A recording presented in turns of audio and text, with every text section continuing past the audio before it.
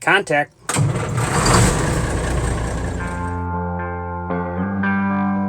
Hello everybody and welcome to America.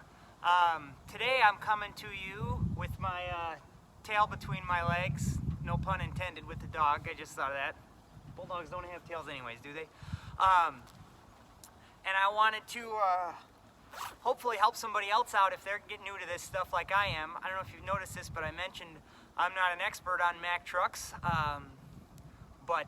So that's why I'm coming clean. I got my Bulldogs on backwards. It is standard official procedure to have them opposite. The dogs, if you'll notice they're opposite, should be looking in, not looking out. I've been working on this truck here and there when I get time, and I was going to a show.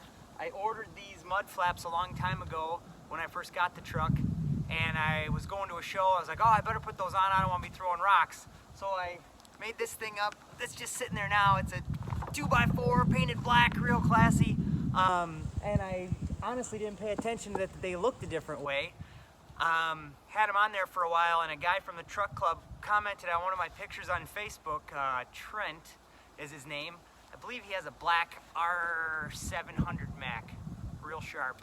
And he said, hey bro, your Bulldogs are backwards, and was polite about it, so I appreciate that because I felt real stupid.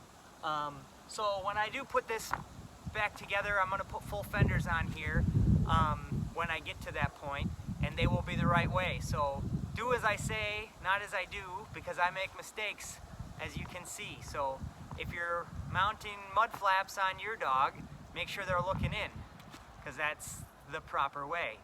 So until next time, stay American and point your dogs the right way.